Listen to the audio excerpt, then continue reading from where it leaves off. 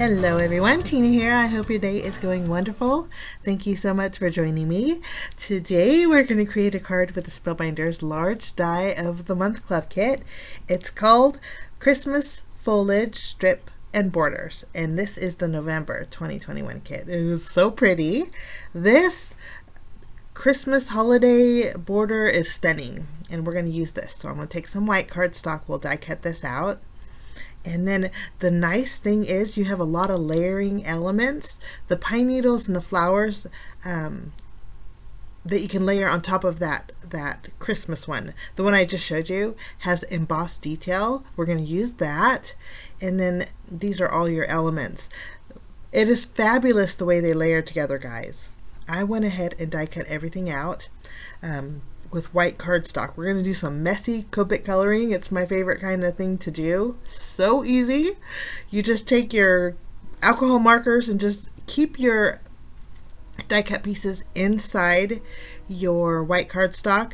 I actually separated mine because sometimes when you run it through once, it looks beautiful, but if you run that same piece through again to repeat the process on the same piece of cardstock, it kind of flattens the other one. So I went ahead and just die cutted it and then trimmed it out for my cardstock, and so I have separate individual pieces. But messy coloring is so easy.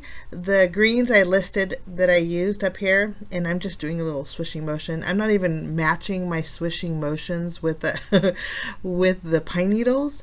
That's the best thing about messy coloring. But the outcome is so pretty just as well. But 3 greens, and then we're gonna do some soft colors for our Christmas card today. And then we'll just punch these out. I did put tape behind it to hold them in while I do my messy coloring. And then this just makes it easier. It doesn't fly away when you're coloring. But 4 pine needles, and then as far as the poinsettia flower goes, these are neat. You know why? Because they're not the same size as the ones on your wave that you die cut out. These are actually coordinated to be a little bit smaller so you can layer them and create dimension, and I love that. For my poinsettias, I'm using some soft rosy pinks, kind of peachy rosy pinks, R21, R32. And again, messy coloring. I'm not worried about the centers because we're going to color those with a gem, and I'm not worried about the edges because we're going to punch it out. That's the best part about messy coloring. I'll just remove my tape. Now, the tape that I'm using is the yellow tape from Spellbinders, and it's super tacky. I find when you run it through your die cut machine, it's very hard to remove. So add the tape after, not before. For my little flowers, they're small and large. I'm going to use 2 different shades of blue. I have the largest flower with the darkest blue, which is B45. Lightest flower is with B41. And we'll just do a little messy coloring. So punch these out, and then our flowers are good for layering. Now the same colors that I used for my die cut pieces, I'm going to use on my decorative piece here. And again, just lightly going over it, doing some little swishy motions, and I am leaving the wavy strip on that white. There are berries in here. This is our embossed panel. Isn't that pretty? When you emboss it, it has a cut line and then it has embossed detail below it. So pretty for layering. I'm going to go ahead and add adhesive behind this piece. And then I'm going to go ahead and adhere this. But I'm not going to match the wave of my embossed piece. I'm going to flip it around. So kind of like an infinity kind of a design. Kind of, sort of. So it's just the opposite. So we have basically three dome shapes on that right side. Now the berries that are in that foliage panel, I used my warm grays. So I covered the berries with W3 and then did a little highlighting with W5 just to keep it with the softness. Now to add my extra pieces, I just did a little tucking with it. I already have a little bit of adhesive on the reverse side, so it's easy to tack down. And then the flowers, I'll just add a little dot of glue. But you can see the sizes. This is the largest poinsettia single poinsettia in this month's die set. It layers perfectly with the small one in that middle flower. So you have 3 layers, and you just make sure that the points are not matching up. Turn it slightly so the points are offset, and it creates the most prettiest flowers, guys. This would look good in any kind of color. Traditional poinsettia reds and greens would be beautiful. If you add the smaller poinsettia flower die cut to the end pieces, it's slightly smaller too. So it just is a beautiful die set, well thought out, and I just love that. These little flowers coordinate with your smaller flowers on your little foliage piece, wavy foliage piece, so I layered both of those together.